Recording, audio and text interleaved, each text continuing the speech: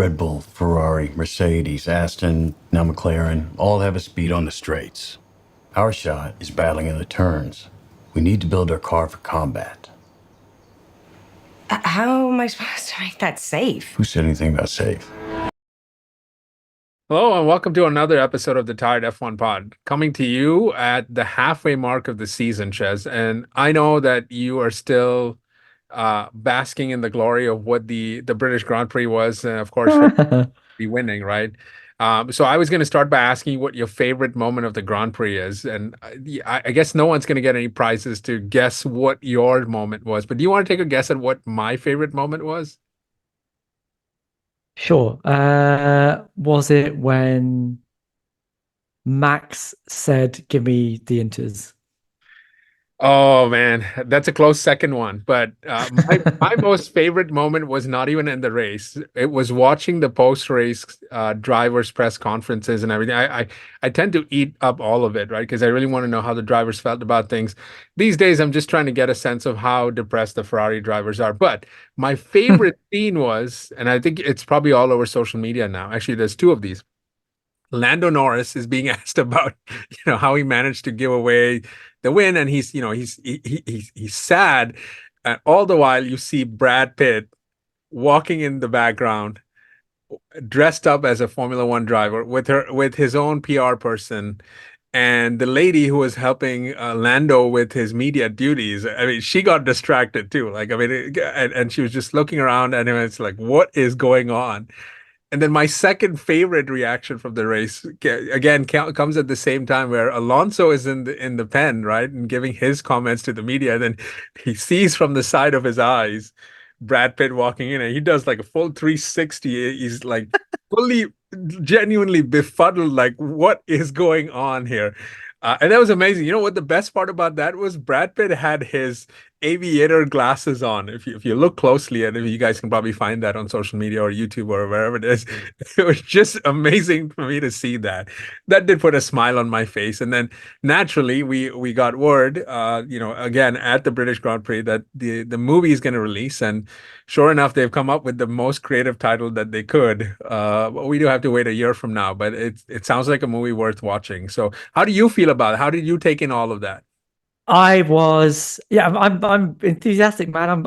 I liked the trailer. And I thought it looked pretty good, actually. And I'm sure we're going to get into the nitty-gritty of bits and pieces of it, but I like it. Didn't like the fact that Brian May was a bit like, I'm not going to talk to you, Martin Brundle, on the grid. In fact, I thought that was a bit. Okay, man. Rude, and also like, Queen are backing the trailer. That's why Brian May was there. He's there promoting the damn movie, and he decided to just give Martin Brundle the cold shoulder. I'm not sure I like that. It's a I win-win, think man. It's a win. Martin gets to put this in his cabinet of viral moments in his grid walks, right? Because he's had plenty of these now. And then Brian May gets his own thing too. Like he's promoted the movie, because we were talking about that too now. yeah, but I would have much preferred to hear what Brian May had to say about being on the grid. Like, that's what he's there for, and I feel like that big own goal, that was Can I not ask my you this? So favorite moment I of the don't. Grand Prix weekend. I have mixed feelings about the grid walk, right? Because I get it. Unless you're going to have a super compelling personality to ask a question, right? Asking them how they feel about being on the grid is what they're going to say. Some flavor of, oh my God, this is unbelievable. This is, this is crazy. I could never imagine something like this. Like, these guys are outstanding athletes, yada, yada, yada. I mean, it's some flavor of the five things you can think about. It's not like you're getting any new insight. Nah, it's always fun. There's always like a random person. Like, you're never quite sure what somebody's going to say. I still remember in his first or second season doing it, Martin Brundle like walking up to Brian Adams and saying, "Oh, Brian, I had to run to you," and then saying some other stupid lyric from one of his songs, and then Brian Adams going, "This is really funny. I feel like I Yes. should laugh, but you're taking a mick out of me." That's great, man. I want to see that. It's only funny if it's awkward or angry or something. But Otherwise, this the isn't answers this don't mean isn't anything. awkward. This isn't awkward. This is just rude. This is making me this is annoying, right? The Brian Adams thing was just quite amusing.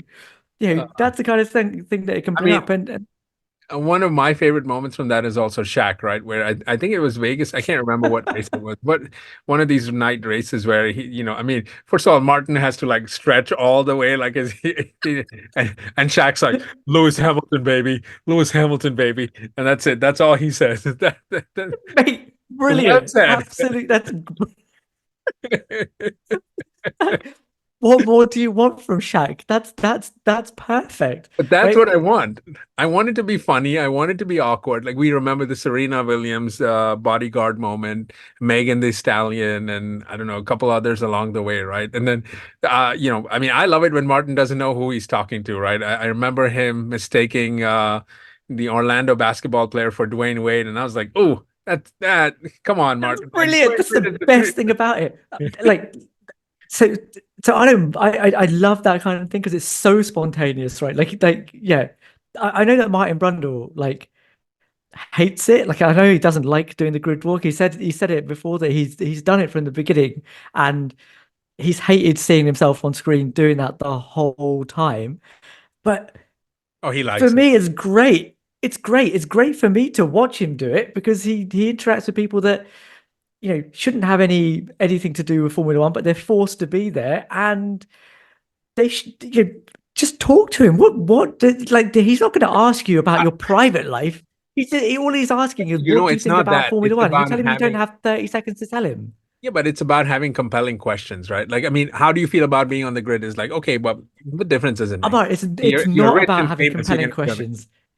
Mate, it's not though, is it? Because I would if you ask be the compelling one questions, asking them then like, what favorite snack did you just have, or are you going to have, like something like that? Like, I would be wanting to know that. Like, did you arrive in an Uber, or did you have you gotta ask. Mate, he has done that. He has done silly questions like that all the time. Where he what did he do? He turned up on the Chinese Grand Prix gridwalk, and turned up and spoke to a lady. Was like, oh, you can be Martin's random grid person today, and she turns out to be the CEO of like DHL or something, and you're like, oh no. Yeah, but come on, who's going to know this That's of DHL? awesome TV. Like, know that. But that's why this is fun, isn't it? That's why the gridwalk is fun. Like you just don't quite know what is going to happen.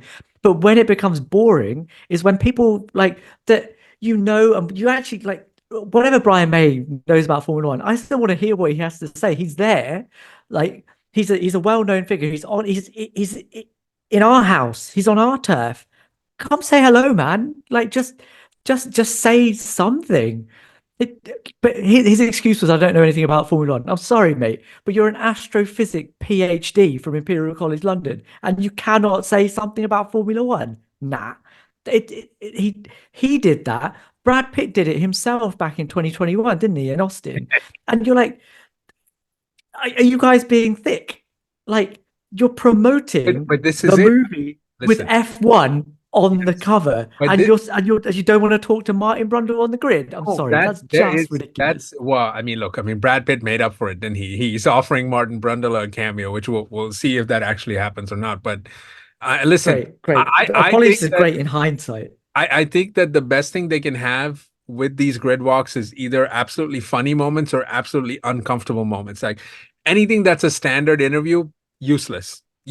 Don't remember that. It should be someone being absolutely 100% rude or 100% like wrong or 100% some flavor of something. I wanted to be in the extreme. The only one that I enjoyed was Megan Thee Stallion when her entourage decided to tell him to sod off. I thought that was hilarious. But that's the only time I found that funny, right? Every other time a celeb is getting, sorry, I can't talk right now. I'm too important. And like, what are they doing? They're standing around like looking. You're a celebrity, man. That's what starstruck. Nah, that's what they do. They wouldn't do that on the red. They wouldn't do that on the red carpet, would they? Like, you wouldn't have Brad Pitt carpet is set up for them to. Yeah, but I mean, the red carpet is where that's where you do the job there, and this is also their job, man. They've been invited there for free.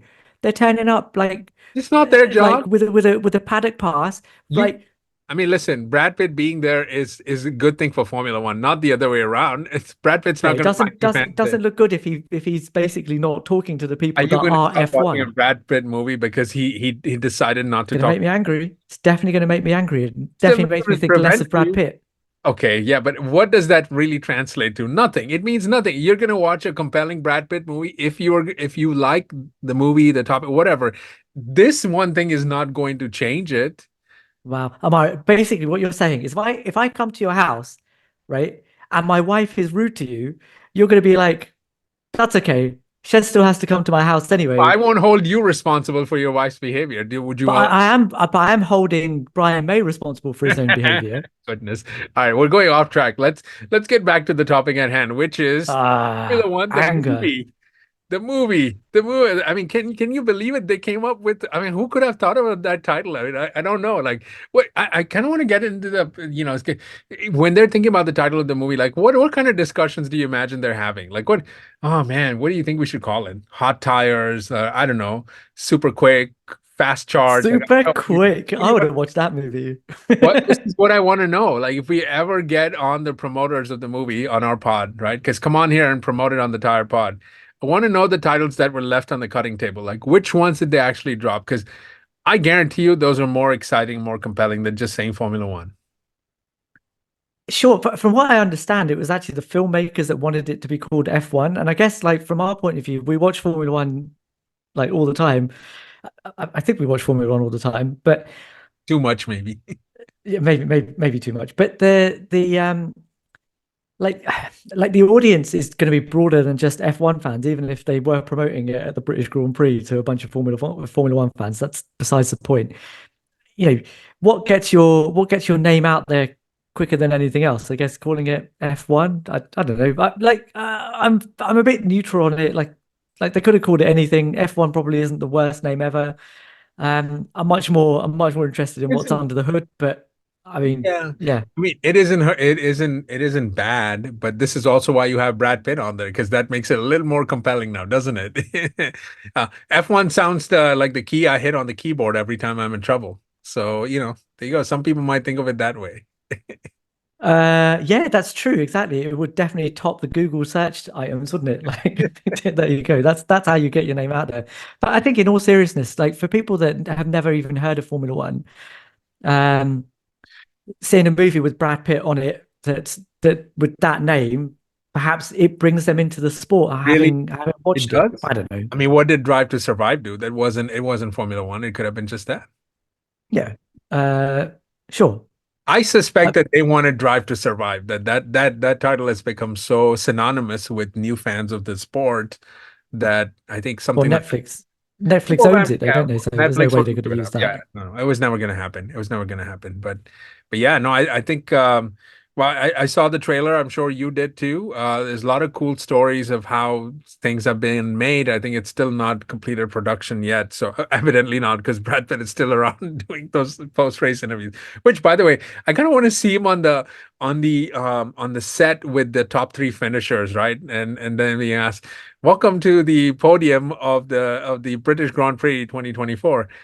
Coming in third, Max Verstappen. Coming in second, Lando Norris, and taking his first win for what is it, Apex Grand Prix? Is it Sonny Hayes? Is his name Sonny or Sunny Hayes. Sonny Hayes? Yeah. There you go. Yeah, that's got to happen, man. That's got to happen. I don't think it will. I think okay, we're going to come to this because I think they've been very clever about how they've done the story. Um, I think there have definitely been some gripes, and I just want to. I thought we'd dig into some of the gripes. I've got three. We've already addressed the Wow. name. The second is the opening line of the movie. Or the opening line of the trailer. I need a car for combat, and who said anything about safety? So I've had a bunch of my F1 friends saying, "Oh, F1's meant to be safe. You can't throw around questions about safety willy-nilly, and no F1 driver would ever talk like that." What did you think of that? Yeah, I mean, look, take a chill pill, right? It's a movie. It's meant to be at the extremes. It's meant to convey drama, and I mean, the director of this movie, Joe Pazinski, is actually the guy who made Top Gun Maverick. So I think that if you really want to see what this is going to look like, you should go watch Top Gun Maverick if you have not already, which I have not, by the way. It doesn't interest me as a movie. So Oh, go watch Top Gun Maverick, Amara. I go watch can't it. believe that. No, we I'm should just stop this podcast so you can go and watch it right now. we'll do a watch along. How about that? Me watching the movie. I would definitely, definitely. What a great movie! I can't But believe you no, haven't seen it. I'm well versed with his brand of movies. And look, what do you want? I mean, this is going to be, come on, Drive to Survive wasn't conveying what things actually happen in real Formula One. So this is, yeah, he Yeah, needs to exactly. I pop did. that. Yeah. I agree. I think that number one, it's a quote taken out of context, so you don't know what the conversation was. I Right. think we can guess who the other character is that he's talking to, the Carrie Condor character. I think it's his race engineer. I think we see her on the pit wall a bit later on in the trailer, so I think she's probably his race engineer. It's not like he's talking to the chief aerodynamicist or something. Oh, you need to make my car quicker in the corners. No, she's talking about how I'm going to set the car up because I don't have any straight line speed. They're in a back of the grid car. Uh, listen, What do you expect? And yes, they are going to have to sex it up a little bit because people like you and me might be like rolling our eyes at the level of dialogue, but exactly. if someone sells a movie to me with that opening line, I'd be like, yeah, I'm up for that. Yeah, of course. Definitely. Why not? Why not? The only thing I was thinking was that I don't think they went to the Ferrari pit wall or the engineers for any of that part. Like they couldn't have possibly gone there. I think they looked at Red Bull and they looked at Mercedes, and a lot of the work has been done with Mercedes, right? And Lewis and Toto and them boys and girls. And it's not like I was just thinking they definitely did not go to Ferrari because that would have ended bad. Yeah. Well, they would have got one view of strategy anyway. Okay, the other gripe that I've heard is, oh my God, the the dialogue is so unrealistic. Lewis Hamilton was a consultant. How he obviously doesn't know anything about F1. Like, why is he telling him to do that? What do you think of that? Who said that? I've more than one person on Twitter has said Lewis Hamilton was producing this like as a consultant. How did he let them get away with dialogue like that? I actually kind of agree. It should have been this guy producing the movie. Imagine how they would have sounded then. There would have been no dialogue. There would have been no dialogue. There you go. That's it. That would have It been would have nice. just been Yeah, I mean, his racing around for 2 hours. to be honest, I'd I watch think we that. live in a day and age where you cannot praise one without the fan base of the other driver getting attacked and vice versa. Like we can say nothing good about Lewis. We can say nothing good about Max. We can never criticize them, right? We just can't do anything, right? So that's why I say Kimmy should have been producing this movie because it would have been perfect. Everyone loves Kimmy. That is true. Everyone does love Kimmy. No one's fighting. I mean, I think, look, I think there's two sides to this movie, right? And I think everyone's going to Two come into sides. it a little bit. Everyone's going to come into it a little bit skeptical, cynical. We've not What watched what the what movie does yet. what It's does a what does trailer. what does yeah what does Hollywood know about it? But actually, I have to say I'm pretty enthusiastic about it. I'm pretty excited about what this movie is going to be like because, as ever, I would divide how this movie will affect us in two ways. One, immersion, and second, plot, right? It's going to live or die on its plot, but we can come to that in a second. But from an immersion point of view, they cannot have done any more. You talked about Brad Pitt, like being there in the pen after the race. Like that's the level of access these guys have got. They've got their own garage, they've got their own motorhome. They've got a modified Formula 2 car that looks like an F1 car that's been modified by Carlin, one of the top teams in junior racing, and Mercedes. And both Damson Idris and Brad Pitt have been training for 7 months to drive these cars to get the shots of them in the car to look as realistic as possible. Like, they're not going to win races, but they're competent enough to look like they're actually driving a formula car. They've also in terms of like the broadcast, they've put the camera in angles that we don't normally see, right? And in 4K every single time. So all of the shots of the slightly grainy shots that we see of drivers doing their hot laps, you're going to see that in 4K panorama. You're going to see Brad Pitt and Damson Idris's eyes wide as they're driving the car for real through a clear visor in 4K. we've not seen that before, right? This is stuff that I do want to see, and it does make it exciting. And if you go back to that Top Gun Maverick parallel, it's exactly the same shot as Tom Cruise sitting in the cockpit of his, what does he fly again? I don't know, but he flies something. Anyone that thinks that Hollywood doesn't know what they do should come visit Hollywood, because these guys put in, I mean, for all the fun and jokes we're having about Brad Pitt walking around and doing press conferences like a real driver. I mean, this is just it. Like Brad Pitt is well known for immersing himself in these roles, as are many other artists, right? So this is artistry at its sort of highest levels. And I'm not going to be here criticizing anything, especially after most people love Drive to Survive, and that was nothing but just getting interviews off of people. That's pretty much it. I mean, this is actually someone making something from scratch. As you mentioned, the level of investment they put in, all the way from building a motorhome to practicing in F2 cars, right? And F3 and F2 cars, and doing everything that they've done. And it's going to be a great movie. And yes, we can always disagree on the plot and the story and all of that, but that's all creative stuff, I'm right? actually Whatever it is. But so I'm not even that worried about the plot, right? You haven't watched Top Gun Maverick. You should. It is a great movie. Like, I'm sure that there are aviation experts and pilots out there that watch that movie and go, what the hell are they talking about? sure, yeah. We're nothing like that. But me, as a moviegoer, I watched that and I'm But like, Shez, you're a surgeon, right? We've seen so many movies when on things where people are automatically healing, getting, finding hearts from other people and other body parts. Like, that stuff isn't that easy. my Like, my my my wife makes me watch Grey's Anatomy all the time, and my eyes are rolling 24/7. She is also a surgeon, but she loves it. yeah, She absolutely loves it, that's even why though the movies are for. We leave reality it's for a moment to escapism, spend. Yeah, exactly. that's it. That's all But it I is. think the plot will be just fine. And specifically to that Lewis Hamilton being the consultant point, he's the consultant for the realism, right? For how real the driving is, how real the pit wall calls are, all of that kind of stuff. How do they come out of the pit garage? How do they dress when they come and talk to people in the pen?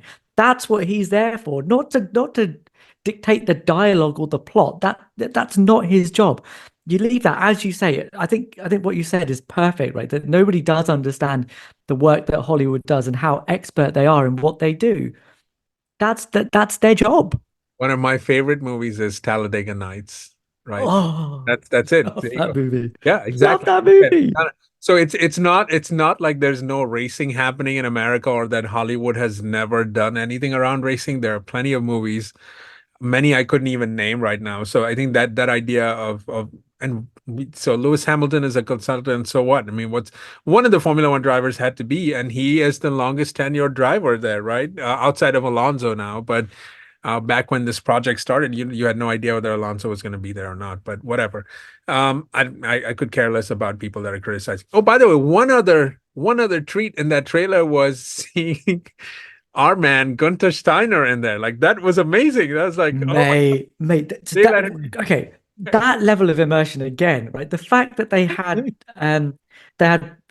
Sonny Hayes and Joshua Pierce sitting there, standing alongside the actual Formula One drivers at the time of the national anthem, brilliant. Wow. I mean, how much more real can you get? And having Gunther on the pit wall, absolutely. This is Drive to Survive made real. If it wasn't real enough as it was.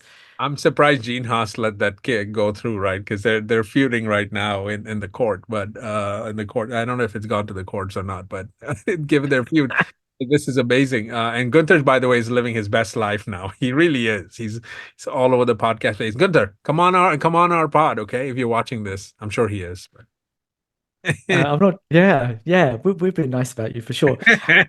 we have been nice. I mean, we've been wrong now, evidently, with the way Haas is doing well, but we've been nice to him. Yeah. We have, and I think, look, I think this is it. I think that the trust Hollywood to be able to do the right thing by our sport is probably the mantra to go by. And actually, Formula One and motorsport in general has been well handled recently by Hollywood. I think it started with the Senna movie, which, sure, it was a documentary, but it was so brilliantly done. It's invited a whole swathe of fans in, and I think appropriately so. It was a great movie, really well done. And then you had Rush, which again tells a true life story, but in such a sensitive way that it appealed to both broad fans, critics, and Formula One fans. I liked it. I don't. Have you seen Rush? Did you enjoy that I have movie? seen Rush. Right? Ford versus Ferrari also comes to mind. Exactly. Although So- they did like to change down a bit too much on the Mulsanne straight. That was the only thing I didn't like about that. But again, that's the purist in me. yeah, That's but not going to stop. That's not going to stop the Top Gun Maverick viewers of this world wanting to watch it. I resent everything that Drive to Survive does, but I watch it too, right? I mean, I do. I don't watching each and every race closely, listening to their drivers throughout the season. This is it. That what they're showing on Drive to Survive isn't anywhere close to reality. It's all kind of made up for TV, but we're gonna watch next season too, right? I mean, it's gonna happen. So, so what's wrong with this? Absolutely compelling. And the clincher for me is that every time now I speak to somebody who likes Formula One, right? And it's odd because like random people have conversations nearby, and I'll suddenly leap on them. You're an F1 fan. Let's have a chat.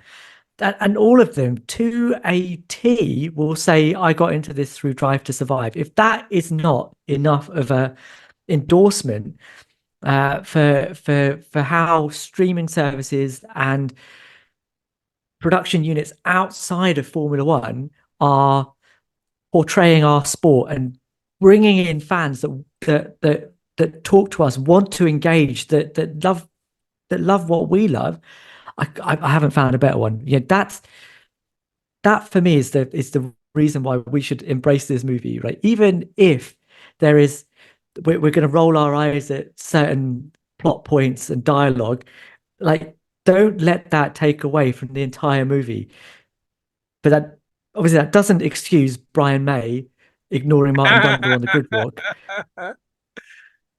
But don't hold that against the movie. Listen, I mean, I think that it looks like for the first time ever in Formula One history, an American driver could be winning the championship. I mean, what It could may be the only way. the only It's not the first time ever, is it? This is what we do in America. When we know that we cannot compete in a certain area, we create a new category and we kind of make it happen. This Yeah.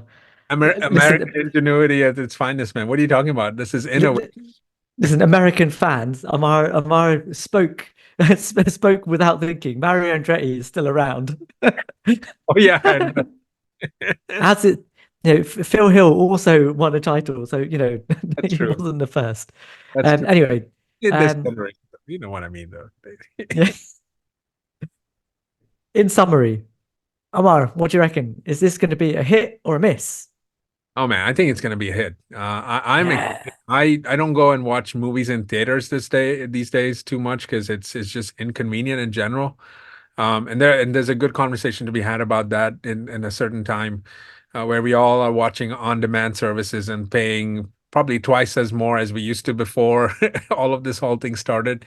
But I, for one, I think will definitely be going to watch this movie in IMAX, I believe, is one of the formats, and that's what I'm looking forward to for sure. Yeah, absolutely. Me too. I think it's going to be a massive hit. I'm looking forward to it. It's got the Hollywood crew behind it. It's got the Formula One crew behind it. I think this is going to be fun. And to all you cynics, I say, okay, please like, please subscribe, please leave us a comment. Yes, do subscribe. And as usual, tell us what you think about the Formula One film and what you've seen of it so far. Did the trailer make you cringe, or did you think this is going to be awesome? We read all of them. We reply to as many as we possibly can, and we will see you in the next one. Later.